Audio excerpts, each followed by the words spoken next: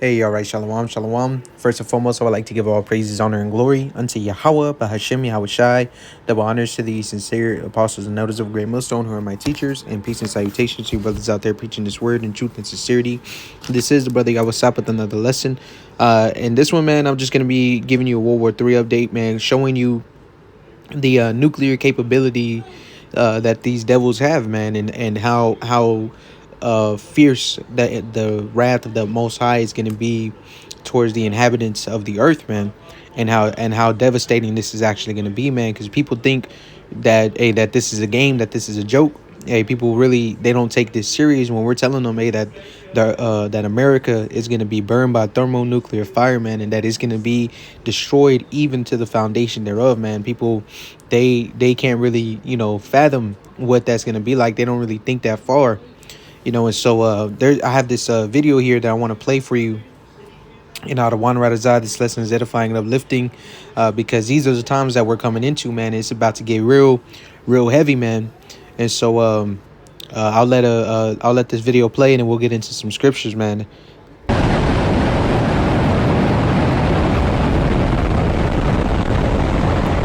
Attention.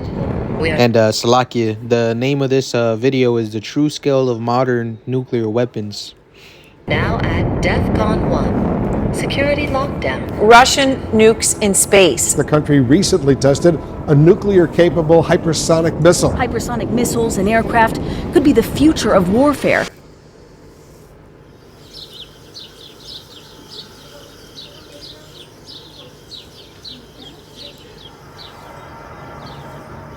One of the most powerful nuclear weapons in the world is the B-83 nuclear bomb, the heavyweight of the US arsenal.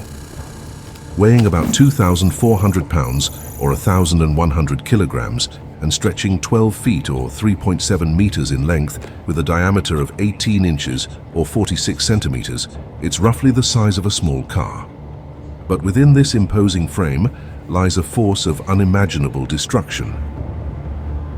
The B-83 is a gravity bomb, meaning it's dropped from an aircraft and relies solely on gravity to reach its target.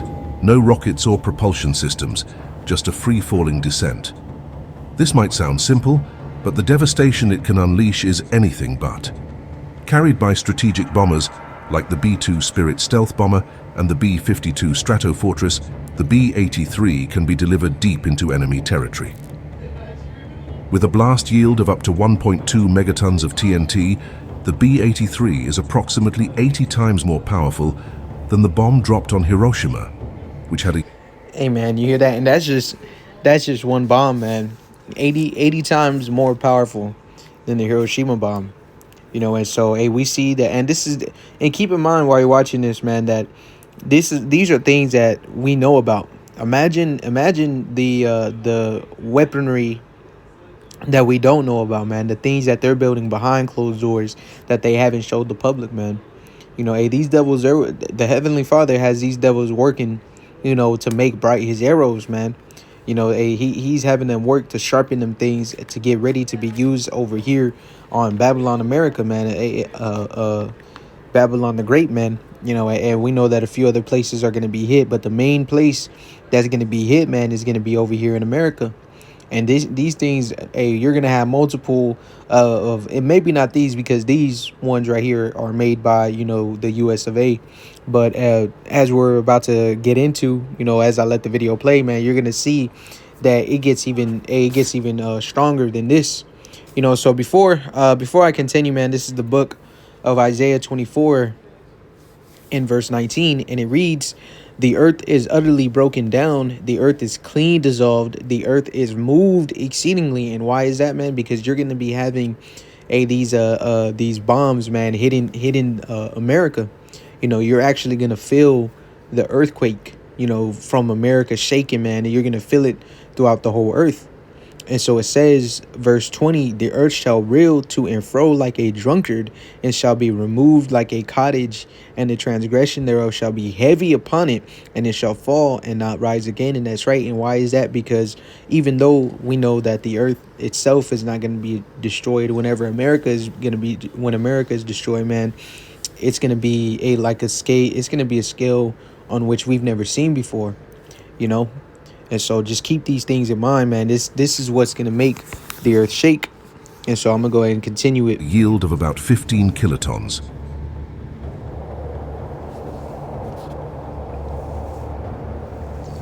To put that into perspective, imagine the explosive energy of 1.2 million tons of TNT detonating in a single moment. But the B-83 isn't just about raw power. It's designed to penetrate underground bunkers, burrowing into the earth. Hey, you hear that, man? It's designed to penetrate underground bunkers because these devils, where they gonna hide, man? Hey, it tells you that they're gonna flee into the clefts of the rock, man. All right, and they're gonna tell the earth to fall on us. Let me see real quick, if I can find that scripture before we continue. Fall on us. Let me see.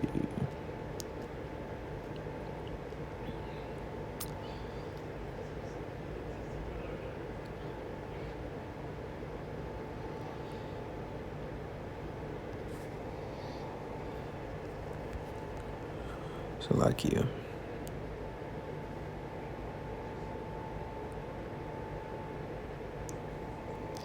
Man, it's written that they shall. Let me see.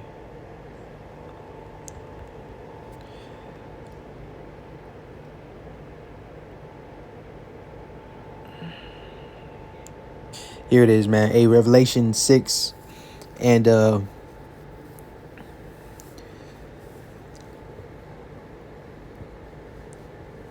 we'll start at verse 15, man.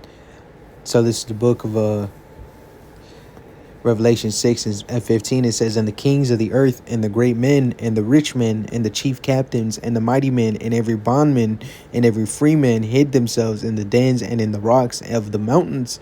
All right, and they're going to be hiding themselves because of first Yahweh Shai's return, man. They're not going to want to be taken. They're not going to want to be taken from Yahweh Shai. But also what's going to be happening, man, a thermonuclear war. All right, you're going to be having this nuclear war that's going to be going on. Hey, they're going to drop these bombs. You know, if you've ever played that, if you've ever played this video game called Fallout, you know exactly what I'm talking about, man. And so continuing in verse 16, and it reads, "And said to the mountains and rocks, fall on us and hide us from the face of him that sitteth on the throne and from the wrath of the Lamb." And that's right, because hey, these missiles are part of the wrath of Yahweh by Hashem Yahweh Shai, man. You know, so just hey, they're going to want to be hiding in these bunkers, but they're not going to be able to. You know, first and foremost, you know, like I said, you're going to have Yahweh Shai that's going to send his elect, all right, to hunt them out of these rocks, man. But also because of these bombs, man. You know, and so I'll go ahead and continue to let this video play. Earth before detonating. As for how many of these weapons exist, while exact numbers are classified, experts estimate that there are about 650 B-83s, and it is thought there are about 200 B-83 bombs in active service. This number has decreased over the years due to arms reduction treaties and modernization efforts. In fact, there are plans to retire the B-83 altogether in favor of more advanced, lower-yield nuclear weapons. Hey, for more advanced To grasp missiles, the true man. magnitude of the B-83's destructive power, imagine a single one detonated as an airburst over Beijing, China. The immediate fireball would engulf an area over 4 square kilometers or 1.5 square miles, vaporizing everything within its radius. Buildings would collapse within a 7.5 kilometer or 4.6 mile radius due to the intense blast pressure, flattening much of the city center. Windows would shatter up to 21 kilometers or 13 miles away, sending glass shards flying and causing injuries even in distant neighborhoods. The thermal radiation would cause third-degree burns to anyone within 13 kilometers or 8 miles, covering an area of over 500 square kilometers or over 200 square miles. In terms of human cost, such a detonation could result in an estimated 1.5 million immediate fatalities and over 3 million injuries, and that's just from a single B-83 bomb. The United States operates about 76 B-52 Stratofortress bombers, which were once capable of carrying up to 8 B-83 nuclear bombs. However, by 2010, U.S. Strategic Command removed nuclear gravity bombs from the B-52's arsenal as the aircraft was no longer considered capable of surviving modern air defenses. Today, only the US fleet of 19 B-2 Spirit stealth bombers is tasked with delivering nuclear gravity bombs, including the B-83, with each capable of carrying up to 16 B-83 nuclear bombs. This means the potential for devastation isn't limited to one bomb, but could involve numerous simultaneous detonations, exponentially increasing the destructive impact. In imagining the true scale of modern nuclear weapons, at number 4 on the list is the Trident II missile, a cornerstone of the US and UK nuclear deterrent. Unlike gravity bombs like the B-83, the Trident II is a submarine-launched ballistic missile, or SLBM. The Trident II missile is an engineering marvel. Weighing about 59,000 kilograms or 130,000 pounds and stretching 13.5 meters or 44 feet in length, it's a 3-stage. Hey man, and so just keeping in mind, something else I want to point out is this is why, it's written, I believe it, if I'm not mistaken, it's in the book of Hosea. It tells you, was the Lord angry at the trees, man, in the rivers. Let me see if I can grab that real quick, man, because you can see, hey, that was just number 5, which we're gonna get all the way down to number 1, but that was just number 5. And it could cause that much destruction, and so the destruction is only going to be getting greater, and greater as we move on, and as the technology advances, as we see that they're already doing, and so let me see.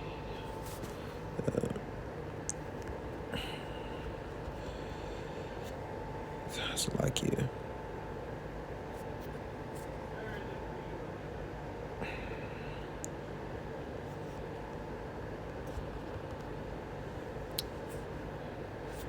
It's like you. I forget exactly how it's worded. Bear with me.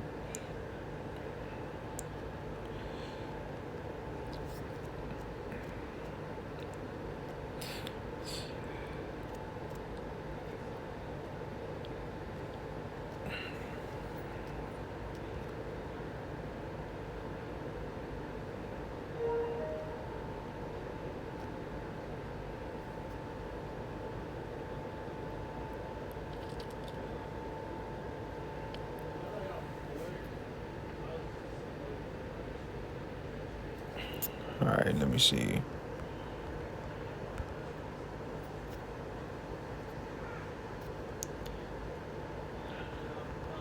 I don't want right as I could find it.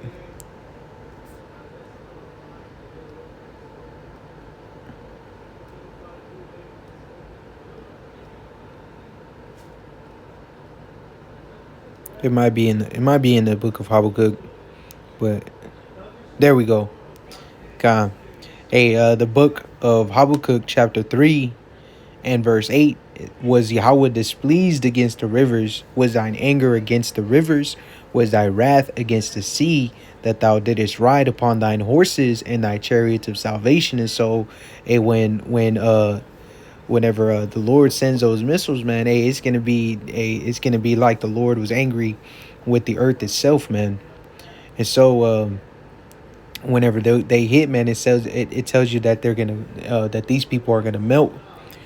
So I'll grab this, or as well as in the book of Malachi, chapter 4 and verse 1, and it reads, "For behold, the day cometh that shall burn as an oven, and all the proud, and all that do wickedly shall be stubble, and the day that cometh shall burn them up, saith Yahweh of hosts, that it shall leave them neither root nor branch." And that's right, man, because these missiles are gonna melt this place, man, and anyone who disagrees with this, the proof is in the pudding, And so I'll go ahead and continue to let this video play. Solid fuel rocket capable of traveling over 12,000 kilometers or 7,500 miles. This incredible range allows it to strike targets virtually anywhere on the globe, from submarines hidden deep beneath the ocean's surface.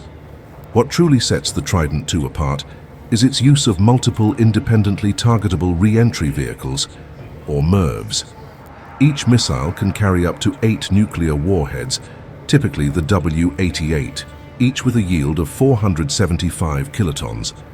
That's about 30 times the power of the Hiroshima bomb for each warhead. This means a single Trident II missile can deliver devastating blows to multiple targets across a wide area, effectively multiplying its destructive capability. And you heard that, man. They got tracking systems inside of these missiles, man. That pretty much guarantee where they're going to hit. As long as they're not shut down or anything like that. But based off of what we just seen with Russia with their test missile, you had the U.S. government come out and say, that there's nothing right now on the earth that can fight against those missiles that Russia shot. So it's only going to get crazier. The missile's guidance system is highly advanced, combining astro-inertial navigation with GPS updates to ensure remarkable accuracy. It's capable of hitting within 100 meters of its target after traveling thousands of miles. The Trident II is deployed on Ohio-class submarines for the U.S. Navy and Vanguard-class submarines for the Royal Navy, providing a stealthy and survivable second strike capability that is crucial for nuclear deterrence. To grasp the potential impact of this weapon, imagine a single Trident II missile launched toward Moscow, with all 8 warheads targeting the same area for maximum effect.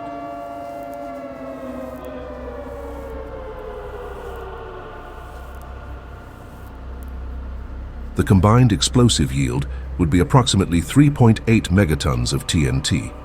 Upon detonation as an airburst, the immediate fireball would engulf an area over 10 square kilometers, or close to 4 square miles, vaporizing everything within its radius. Buildings would be obliterated within an 11-kilometer or close to 7-mile radius, flattening much of the city center. Thermal radiation would cause third-degree burns to anyone within 22 kilometers, or close to 14 miles from ground zero, covering an area of over 1,500 square kilometers or 580 square miles. The human cost would be staggering, estimated at over 2.8 million immediate fatalities and 4.6 million injuries. And remember, this is from just one Trident II missile. The United States operates 14 Ohio-class nuclear submarines, each capable of carrying up to 20 Trident II missiles. That adds up to 280 Trident II missiles lurking in the depths of the oceans. With each missile carrying up to 8 warheads at 475 kilotons apiece, we're looking at a total of 2,240 nuclear warheads. If you calculate the combined explosive power, it amounts to an astonishing 1,064 megatons of TNT. That's the equivalent of over 70,000 Hiroshima bombs worth of destructive energy concealed beneath the sea. This immense force is constantly on patrol. All right, and so these are the American bombs, man. Which these bombs, these nuclear warheads that they have, man. These are old. All right, as we progress through this video, man, you're gonna see that the missiles that they're talking about, man, these are old. These are old missiles, man. And so just imagine the things that they have now. Imagine the capabilities that these missiles have now. So this is the book of Amos, chapter 5, and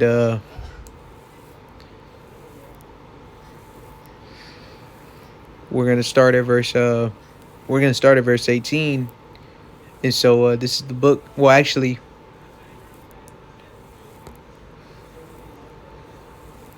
we'll start at verse 16. Amos 5 and verse 16, and it reads, "Therefore Yahweh, the power of hosts, the One, saith thus, wailing shall be in all streets, and they shall say in all the highways, Alas, alas, and they shall call the husbandmen to mourning, and such as are skillful of lamentation to wailing.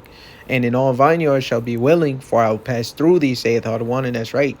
Whenever the Lord passes through, it's going to be nothing but death. All right, these people, they're going to die, man. If they make it through martial law, race wars, war, and these foreign troops invading America, man, then they're going to be taken out by these missiles. All right, so it says in verse 18, woe unto you that desire the day of Hadawan. To what end is it for you? The day of the Lord is darkness and not light. And as if a man did flee from a lion, and a bear met him, or went into the house, and leaned his hand on the wall, and a serpent bit him. Shall not the day of Yahweh be darkness and not light, even very dark, and no brightness in it? And that's right, whenever Yahweh by Shem Yahushua returns, man, it's gonna be all gas, no brakes. All right, the Lord is gonna do some major judgment, and a lot of death is gonna follow, man, when he passes through. All right, and we can see that this is only the beginning, of the scale that is possible. We still don't. This is just to give us a clue of how that day is gonna be, man, because it tells you in the scriptures, that it was we were looking down, Adawan Radazah, we're not only called, we were chosen. We're looking down through the chariot, man, as a sea of glass mingled with fire, roughly paraphrasing. And we're gonna see America melt. A matter of fact, let me see this. Bear with me. I just thought of a scripture. Let me see if I can find it real quick.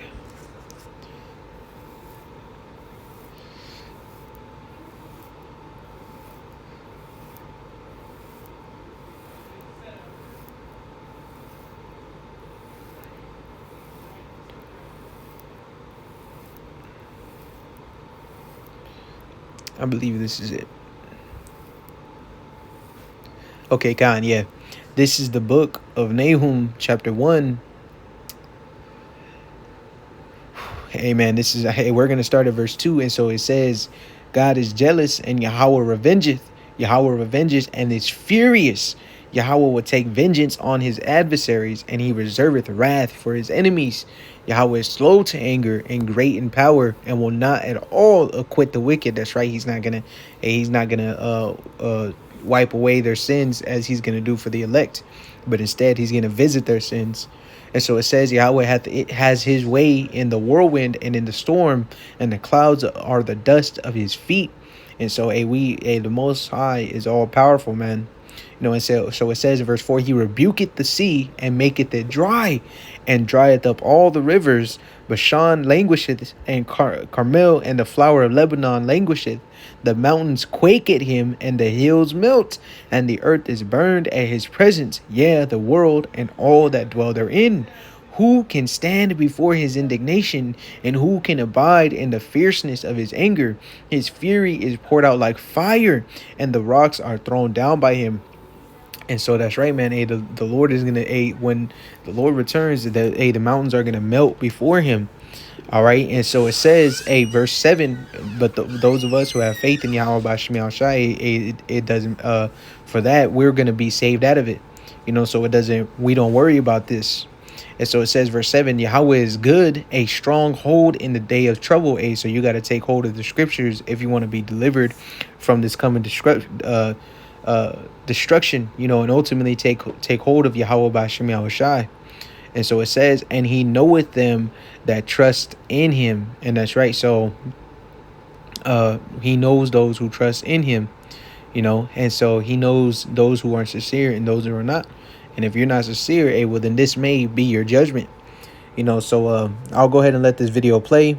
And Adawan Radazah, we can go ahead and let it play all the way through. Troll, ready to be unleashed if ever called upon.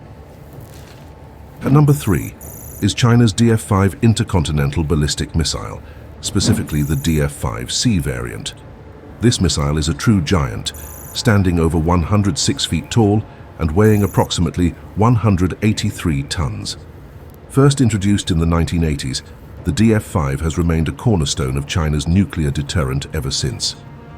The DF-5 has an impressive range of up to 15,000 kilometers, or about 9,300 miles, which means it can reach almost any target on the globe from launch sites within China. What makes it particularly formidable is its payload. The latest versions, like the DF-5B and DF-5C, are equipped with MIRVs, allowing them to carry up to 12 nuclear warheads, each with a yield of 1 megaton of TNT. To understand the scale, remember that the Hiroshima bomb was just 15 kilotons of TNT, so each warhead on the DF-5 is about 66 times more powerful. If all 12 warheads were directed at the same target area, the combined explosive power would be a staggering 12 megatons. That's 800 times more powerful than the bomb dropped on Hiroshima. Let's imagine that a single DF-5C missile launched toward Washington, D.C., with all 12 warheads impacting the same area.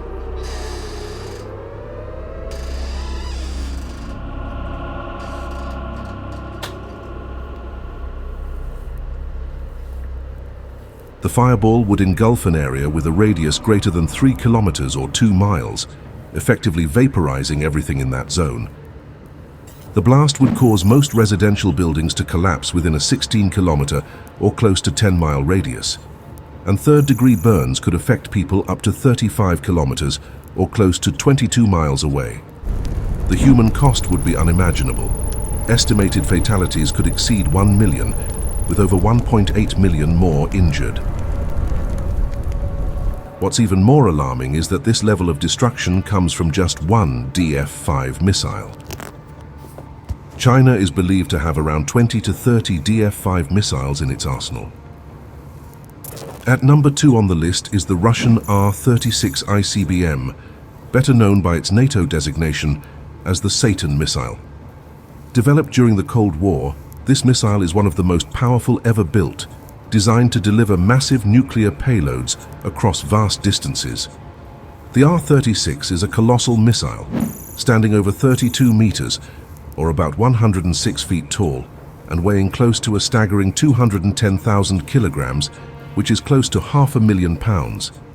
It's a two-stage, liquid-fueled rocket designed to deliver nuclear warheads across continents, with an operational range of up to 16,000 kilometers or close to 10,000 miles. This means it can reach targets virtually anywhere in the world from launch sites within Russia. What makes the Satan missile particularly fearsome is its payload capacity. It can carry up to 10 MIRVs, each armed with a nuclear warhead ranging up to 1 megaton of TNT. This means a single missile can unleash a total explosive yield of up to 10 megatons of TNT, about 666 times more powerful than the bomb dropped on Hiroshima, a fitting figure for the Satan missile. Some variants of the R-36 were equipped with a single massive warhead with a yield of up to 20 megatons. That's over 1,300 times the power of the Hiroshima bomb. Hey, and Salakia, real quick, you heard that? 666 times more powerful than the Hiroshima bomb, man. And that's because this Satan missile that they have, this is just I believe this is the first generation. I believe they made a Satan 2 missile.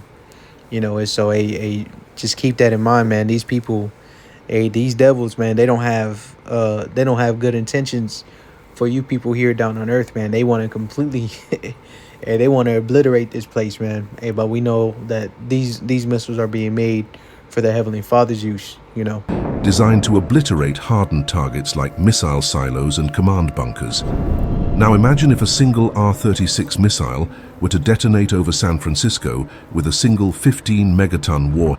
And it's a spirit too that they had China and Russia, their missiles, destroying different parts of America, just to give you an insight on what it would be like,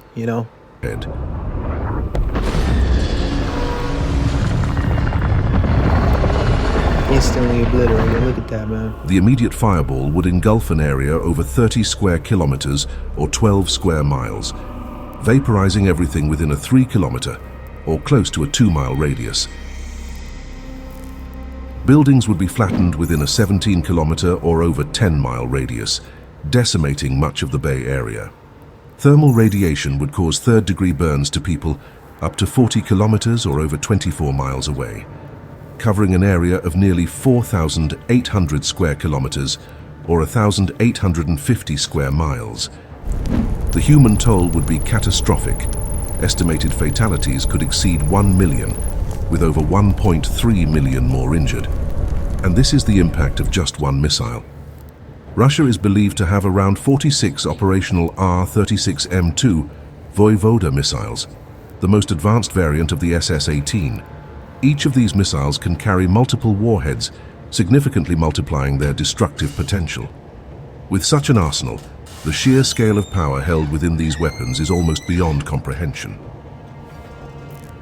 Finally, at the top of the list is the Russian RS-28 Sarmat missile, ominously nicknamed the Satan II. Oh, that's This intercontinental ballistic missile represents the pinnacle of modern nuclear weaponry, developed to replace the aging R-36M Satan missiles. The RS-28 Sarmat is designed to evade missile defense systems and deliver massive payloads across the globe. The Sarmat is a three-stage liquid-fueled missile that weighs over 208 tons and measures over 35 meters, or about 116 feet in length. It's capable of carrying a variety of warhead configurations, including up to 10 heavy MIRVs or 15 lighter ones, along with advanced countermeasures to bypass missile defenses. Its range exceeds 18,000 kilometers, or over 11,000 miles, allowing it to reach targets anywhere on Earth. One of the most concerning features of the RS-28 is its ability to utilize a fractional orbital bombardment system, or FOBS. This means the missile can enter a low Earth orbit and approach targets from any direction, including over the South Pole, effectively bypassing traditional early warning systems that are oriented toward the north. Some reports speculate that the Sarmat could theoretically carry a payload of up to 50 megatons, equivalent to the Tsar bomber, the most powerful nuclear device ever detonated. While such a massive yield is more hypothetical and not practical for modern military use, imagining its potential impact is sobering. Consider a scenario where a 50 megaton warhead is detonated over New York City.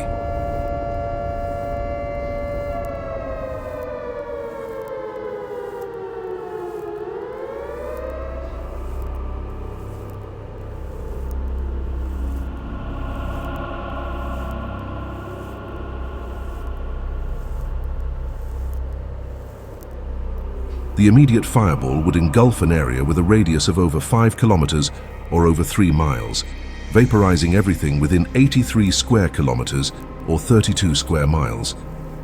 The intense blast wave would cause heavy destruction up to 26 kilometers or 16 miles away, leveling buildings and structures in more than 2,000 square kilometers or close to 800 square miles. Third-degree burns could be inflicted on people up to 60 kilometers or 37 miles away, covering an area of close to 11,000 square kilometers or over 4,200 square miles. The human toll would be unimaginable. Estimated fatalities could exceed 7 million people, with over 6 million more injured. And this is just from a single RS-28 Sarmat missile, assuming the theoretical payload of 50 megatons of TNT. To put this into perspective, when the 50 megaton Tsar bomber was detonated in 1961, the flash was visible as far away as Norway, over 1,000 kilometers from the test site. Similarly, a 50 megaton explosion over New York City would be visible with the naked eye all the way to Columbia, South Carolina, nearly 1,000 kilometers away. But what does all this mean? Hey, man. Hey, so, hey, the Lord, hey, he's going to do some major work, man. The Heavenly Father is going to do some major work. So with that, man, we'll end it off. I have 2 more scriptures for you. This is going to be the book of Jeremiah, chapter 51, and verse 11. And it reads, "Make bright the arrows, gather the shields. Yahweh hath raised up the spirit of the kings of the Medes," which is modern-day Russia, "for his device is against Babylon to destroy it, because it is the vengeance of Yahweh, the vengeance of his temple." And that's right. So, and we just read in Nahum that when the Lord's vengeance, when he takes vengeance on his enemies, they're gonna melt. And when you get into that word bright, what make bright the arrows, it means to sharpen. And that's what these nations have been doing, man. They've been sharpening the Lord's arrows for its use against America, against Babylon the Great. All right, and so from here we ended off on this in the book of 2nd Ezra chapter 16, and we'll start at verse 11, and it reads, "Yahweh shall threaten, and who shall not be utterly beaten to powder at his presence, The earth quaketh, and the foundations thereof. The sea ariseth up with the waves from the deep, and the waves of it are troubled, and the fishes thereof also before Yahweh, and before the glory of his power. And that's right, because he's going to be coming with anger, and with that mighty hand, man. And so it says, verse 13, for strong is his right hand that bendeth the bow. His arrows that he shooteth are sharp, and shall not miss when they begin to be shot into the ends of the world. And they're not going to miss, because ultimately the Most High is going to be controlling them, man. And there's been actually military there's been a so-called UFO activity within these military silos, man, within where their missiles are held. They have actual accounts of a chariot going in, and messing with the missiles, man, changing the direction. All right, programming it themselves, pretty much, man. And so, continuing it says in verse 14, behold, the plagues are sent and shall not return again until they come upon the earth. And that's right. So they're going to continue to build upon these missiles, man. And you're going to continue to see destruction come, until ultimately all these prophecies are passed. And so verse 15, it says, the fire is kindled and shall not be put out till it consume the foundation of the earth. Like as an arrow which is shot of a mighty archer returneth not backward, even so the plagues that shall be sent upon the earth shall not return again. Woe is me, who will deliver me in those days? And so ultimately, we know it's going to be a time of great judgment and peril, and Yahweh Razal, we get delivered from those times. And so with that being said, I pray that this lesson was edifying, uplifting of the spirit. Once again, I want to give all praises, honor, and glory unto Yahweh, Bahashem, Yahweh Shai. Until the next time I say shalom.